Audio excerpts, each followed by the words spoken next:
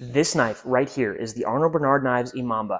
It is a Sebenza killer. I've carried this knife every day for the last 30 days. I am absolutely in love with it. Let's go over to the workbench and take a closer look. So as we walk over to the workbench, I figured I would talk a little bit about why I carried this knife 30 days straight. I don't typically do that with my knives. I usually switch out every day.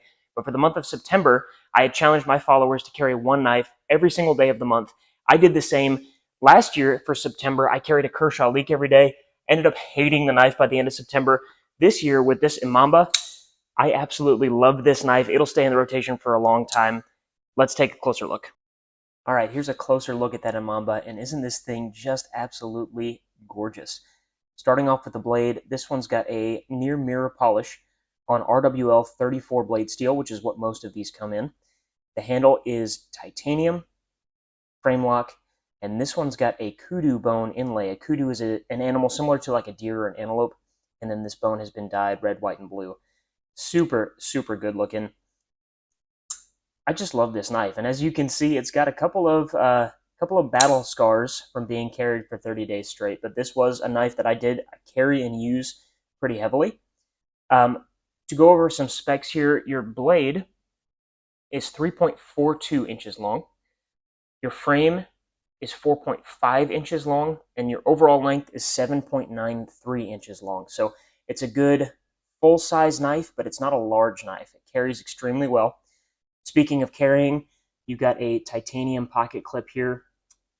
If I did have one critique of this knife, I wish it carried just a little bit deeper, but frankly, it's not a bad pocket clip at all, and I never felt like this was going to fall out of my pocket or anything like that.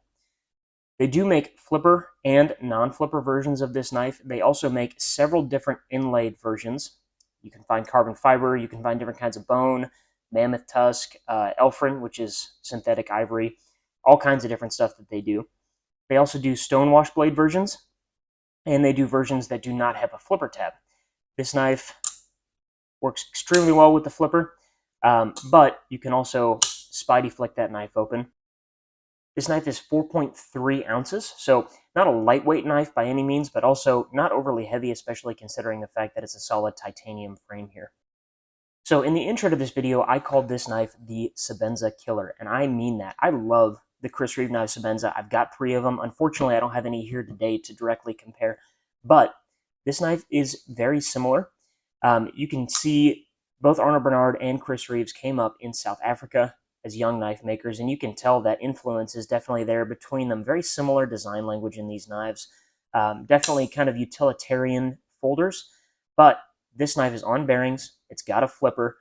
The blade shape, in my opinion, is a little bit better than some of what the Chris Reeve stuff is. And I want to be clear, I still love my Chris Reeve knives. I wouldn't sell my Sebenzas, well, not for a reasonable amount of money anyway.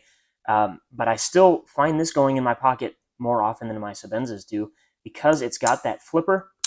The action is a little bit more fidgety, but it's also just more usable. The Chris Reeve knives definitely have that tool feeling, you know, that slow roll open like that.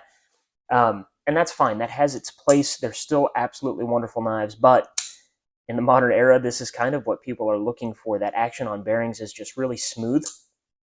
This is also a good medium size. So the Sebenza comes in small and large.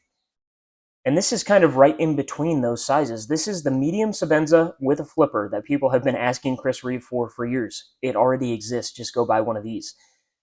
So comparing apples to apples, this version of this knife, I believe, costs right around $650 brand new. If you look at the inlaid versions of the large Sebenza, you're right around the same price point. $630, I think, is what those start off at. More if you want glass blast, more if you want some of the other options. This version with the mirror polish blade and the inlays, right at $650. RWL 34, it's a fine blade steel. Some people would say Magna Cut's better. Frankly, when you're looking at knives in this price range, steel matters less. What I mean by that is just that you can expect to get a good quality result no matter what steel that these knife makers are using. So the plain Jane version of this with a stonewash blade starts right around $500, which again, for a large plain Jane Sebenza, you're right on par there with what those run. So I think this is a better buy than the Sebenzas are for around the same amount of money.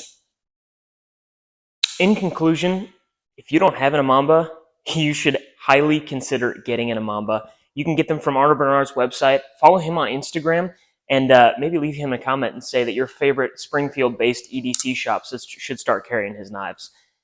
Thank you guys for watching this video. Please be sure to subscribe. Check out our website, springfieldedc.com, and have a knife day.